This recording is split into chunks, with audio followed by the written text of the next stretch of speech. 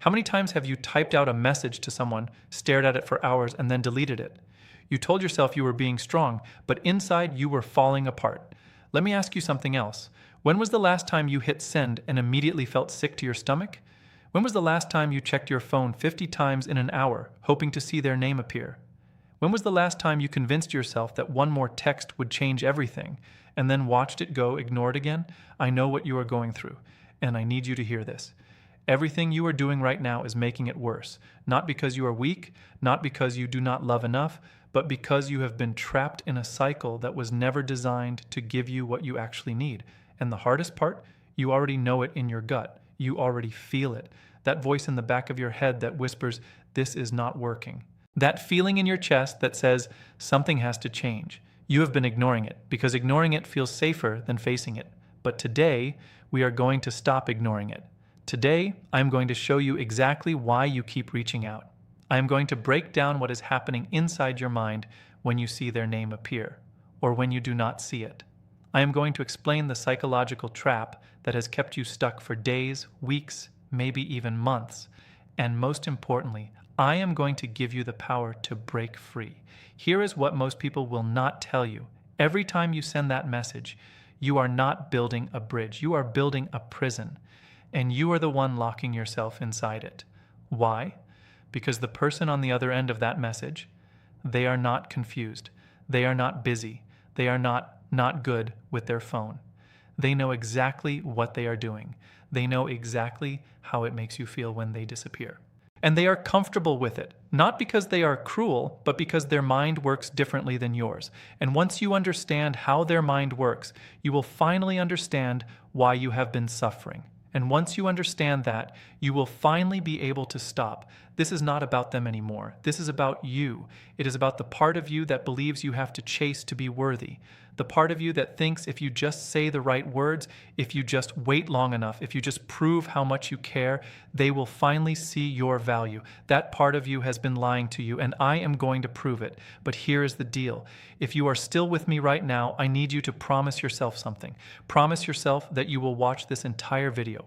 Do not close it after 30 seconds. Do not skip ahead. Do not convince yourself that you already know what I am going to say, because I promise you, you do not. What I am about to share with you will rewire the way you think about this situation.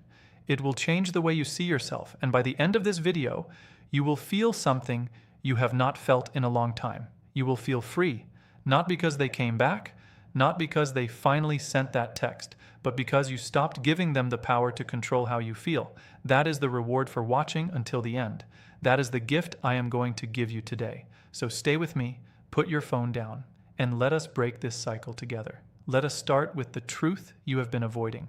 The truth about why you keep texting someone who treats you like you do not matter. The truth that will set you free. And it all begins with one simple question. Are you ready to finally stop? Then keep watching, because what I am about to say will hit harder than anything you have heard before, and I need you to hear it. Not for them, for you. You already know what I am about to say. You have lived it so many times that you could write the script in your sleep. It starts the same way every single time. You see a notification, your heart jumps, your hands get nervous. You open the message and read something small, a one-word reply, a late-night text that says, "Hey," a random meme that means nothing, but to you it means everything. And in that moment, something shifts inside you. The hope you buried days ago suddenly resurfaces. The voice that told you to move on gets quieter, and the voice that says, "Maybe this time will be different," gets louder. So you respond. Of course you do. You write something thoughtful, something that shows you care, something that gives them a glimpse of who you really are. And then you wait. You put your phone down, but you do not stop thinking about it. You pick it up again. You check if they responded. Nothing. You check again. Still nothing. 30 minutes pass. An hour passes. You tell yourself you are not going to check anymore, but you do, and nothing happens. The silence grows louder, the hope starts to shrink, but you do not give up. You send another message, something casual, something that says, "I am not bothered," something that hides how much you actually care. But you care so much it is eating you alive. And they see it. They see all of it. They read your message and they feel the weight of it, the desperation underneath the casual words, and it pushes them further away, so they disappear again. Days go by, maybe a week. You are left staring at a conversation that feels like it belongs to a different time, a different version of you, a version that believed this was going somewhere. And then, out of nowhere, they text you again. Hey, 2 letters, 1 word, and just like that, you are right back where you started. Your body floods with relief. Your mind starts making excuses for them. Maybe they were going through something. Maybe they are just busy. Maybe this time will be different. But it is not different. It is the same pattern. It has always been the same pattern. And I need you to see it clearly right now, because as long as you are inside this pattern, you are not living. You are just surviving. You are giving your best years to someone who will never give you what you deserve. You are shrinking yourself to fit into their gaps. You are measuring your worth by a reply that comes once every 2 weeks. That is not a relationship. That is a prison with Wi-Fi. Now let me explain what is really happening here. This cycle has a name. Psychologists call it intermittent reinforcement, and it is one of the most powerful psychological forces in human behavior. Here is how it works. Your brain is designed to learn from patterns. When you do something and get a reward, your brain says, do that again. When you do something and get nothing, your brain says, stop. But here's the trap. When you get a reward randomly, inconsistently, your brain becomes obsessed. It is the same reason people cannot stop playing slot machines. You pull the lever and you do not know what will happen. Sometimes you win, sometimes you lose. And that uncertainty makes you keep pulling. That is what they are doing to you without even trying. The random text is the slot machine pull. The silence is the losing spin. And the hope that follows is what keeps you pulling the lever over and over again. You are not in love with them. You are addicted to the cycle. And the worst part? You are the one who keeps feeding it. Every text you send is another pull of the lever. Every message you write is another bet that this time will be different. Every moment you spend waiting for their reply is a moment you are giving away from your own life. This is not love. This is dependence, and dependence is slowly destroying everything inside you. But here is what you need to understand. You are not stuck because they will not change. You are stuck because you will not change. Not yet. Not today. But I am asking you to start thinking differently. Because the moment you see this pattern for what it really is, the moment you stop seeing their silence as something that happened to you and start seeing it as a pattern you are choosing to participate in, everything changes. And that is what we are going to do next. We are going to break this pattern, not by getting them to text back, not by waiting for them to change, but by changing the only person we actually have control over. You. So, stay with me, because what comes next will be the hardest truth you have heard yet, but it will also be the beginning of your freedom, and you deserve that freedom. You have deserved it for a long time. Let me ask you something. Why do you really keep texting them? Not the answer you tell your friends, not the answer you tell yourself at 3 a.m. when you cannot sleep, but the real reason, the deep reason, the reason that lives underneath all the justifications and excuses. Go ahead, think about it for a second. Is it because you love them? Really think about that word. Love. What does it actually mean to you right now in this moment? Does it feel like love? Or does it feel like panic? Does it feel warm and secure and peaceful? Or does it feel like your chest is being squeezed every time you see their name on your screen? If you are being honest with yourself, it does not feel like love. It feels like desperation. It feels like need.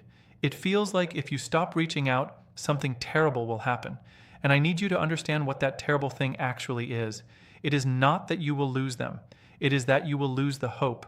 And hope, my friend, is the most dangerous thing you have ever held on to. Now let me explain what is really happening inside your brain. Because what you are experiencing is not romantic. It is neurological. And once you see it clearly, you will never look at this situation the same way again. There is a concept in psychology called the Zeigarnik effect. And it is one of the most powerful forces that controls human behavior without us even knowing it. The Zeigarnik effect states that your brain cannot let go of unfinished tasks. It cannot release unresolved situations. It keeps them alive in your mind like an open tab in your browser, running in the background, consuming energy, draining your focus. Think about it. When you start watching a movie and someone interrupts you, your brain keeps thinking about it. When you begin a conversation and it gets cut off, you replay it in your head. When someone leaves you hanging with a text, your mind will not rest until you get closure. This is not weakness. This is how human brains are wired. Your brain is designed to seek completion. It hates gaps. It hates unfinished business. It hates loose ends. And right now, this person is the biggest loose end in your life. They left you hanging. They never gave you answers. They disappeared without explanation. And your brain, your brilliant, pattern-seeking, resolution-hungry brain, will not let it go. Every unanswered text is an open loop. Every day of silence is a question without an answer, and your mind will do anything it can to close that loop. That is why you keep texting. You are not texting because you miss them. You are texting because your brain is screaming for resolution. Your brain wants answers. It wants closure. It wants to understand why this happened so it can file it away and move on. But here is the cruel irony. You will never get that resolution from them, because the person who left you in silence does not have the emotional capacity to give you what you need. That is why they left in the first place. That is why they stay silent. That is why they come back briefly and then disappear again. They cannot give you closure. They cannot give you answers. They cannot give you peace. And the more you chase them for these things, the more you prove to your brain that this is an unfinished situation, and the harder it becomes to let go. You are feeding the loop every single time you pick up your phone. Now let me take this even deeper. There is another psychological force at work here, and it is even more powerful. It is called cognitive dissonance, and it is destroying you from the inside. Cognitive dissonance is the discomfort you feel when your actions do not match your beliefs. You believe you are a strong person. You believe you deserve better. You believe you should have walked away by now.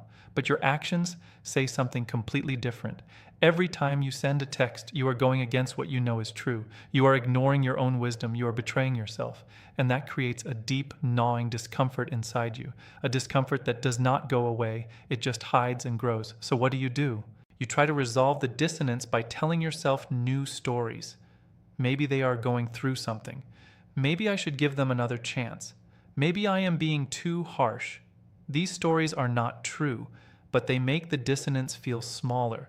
They make the discomfort more bearable, and they keep you stuck exactly where you are. You are not confused about what to do.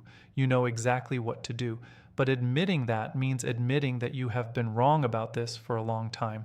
And that is too painful to face, so instead you keep texting, you keep hoping, you keep chasing, and the cycle continues. But here's the truth that nobody wants to hear. You do not need them to change. You do not need them to come back. You do not need them to give you closure. You need to stop feeding the loop. You need to close the loop yourself from the inside. And the only way to do that is to make a decision, a real decision, not a conditional decision, not a maybe tomorrow decision. But a decision right now in this moment that says, I am done. I am done waiting for someone who cannot show up for me. I am done sacrificing my peace for a maybe. I am done ignoring my own wisdom. I am choosing myself. That is the awakening. That is the moment everything shifts. And once you make that decision, something powerful happens. Your brain finally gets the resolution it has been craving. Not from them, but from you. And that resolution, that closure you give yourself, is the only one that actually works. So the next time your hand reaches for your phone, ask yourself this one question. Am I reaching out because I love them? Or am I reaching out because I have not yet decided to love myself enough to let go? Now that you understand what is happening inside your own mind, let me show you what is happening inside theirs. Because right now, you probably see them as the enemy, the villain, the cold-hearted person who decided you were not worth their time. You have built an image of them in your head, someone who enjoys watching you suffer, someone who takes pleasure in leaving you on red. I need you to drop that image, not because they do not deserve criticism, but because holding onto it is keeping you trapped. The truth is more complicated. And once you see it, something inside you will shift. They are not villains. They are wounded. They are not cruel. They are scared. And their fear is so deep, so buried, so automatic, that they do not even know it is running their life. Let me explain what avoidant attachment really is, and I will keep it simple, because the more you understand it, the more you will be able to let go. Every human being develops an attachment style in childhood. It is formed by the way our caregivers responded to us when we were young, when a child learns that their needs will be met, that they are safe, that love is available. They develop what psychologists call secure attachment. They grow up believing they are worthy of connection. They are comfortable with intimacy. They do not fear being close to people. But when a child learns the opposite, that their needs will not be met, that expressing emotion leads to rejection, that love is conditional and unreliable, they develop a different attachment style. They learn to protect themselves. They learn that depending on others is dangerous. They learn that the safest thing to do is to pull away before anyone can hurt them. This is the avoidant mind. They are not cold because they do not feel. They are cold because feeling is too dangerous. Every time they get close to someone, every time they start to care, something inside them sounds an alarm. It whispers warnings they do not consciously hear. It tells them that closeness will lead to pain, that vulnerability will lead to rejection, that letting someone in means giving them the power to destroy you. So they run, not because they do not want love, but because part of them believes they are not safe loving someone. Now here is where it gets even more complicated. When you chase them, when you send message after message, when you express how much you care, when you show them how deeply you feel, it triggers their fear even more. Why? Because your intensity reminds them of the very thing they are running from. Your emotions feel overwhelming. Your need feels threatening. Your presence feels like pressure. And their automatic response is to pull back even harder. The more you give, the more they retreat. The more you reach, the more they run. You are not pushing them away by being too much. You are triggering the wound they have carried since childhood, and they do not have the tools to handle it. They do not know how to sit with your emotions. They do not know how to meet you with the same depth, so they do the only thing they know how to do. They disappear. Now I want you to sit with that for a moment. When they go silent, it is not a reflection of your worth. It is a reflection of their wound. They looked at your light, your love, your depth, and it scared them. Not because it was bad, but because their nervous system interpreted it as something they were not equipped to handle. This is not an excuse. It is an explanation. And there is a massive difference between the two. An excuse says they are not responsible. An explanation says they are not available. And that distinction will save you years of pain. Because once you truly understand that they are not withholding from you because you are not enough, but because they are not capable, you will stop taking it personally. And once you stop taking it personally, something incredible happens. You stop trying to fix them. You stop trying to prove yourself. You stop sending message after message, hoping that this time will be different. You start to see them clearly, not as a potential partner, but as a person who is not able to show up for you the way you need. And that clarity is freedom. Here is what I need you to understand. You cannot love someone into healing. You cannot message someone into becoming secure. You cannot be so patient, so kind, so understanding that they suddenly wake up one day and become the person you need them to be. That is not how it works. Healing is their work, not yours. Your work is to recognize what you are dealing with. Your work is to stop investing in a person who is not capable of investing back. Your work is to turn that love, that beautiful, powerful, desperate love you have been giving to someone who cannot receive it, and turn it toward yourself. Because you deserve someone who does not run. Someone who sees your depth and leans into it. Someone who hears your emotions and responds with presence. Someone who chooses you back with the same fire you have been choosing them. That person is out there, but you cannot find them while you are stuck here, giving everything to someone who cannot meet you halfway. So let this understanding settle into your bones. They are not bad. They are broken, and you cannot fix someone else's break with your love. The only thing you can do is walk away with compassion and save yourself. And that is exactly what we are going to talk about next.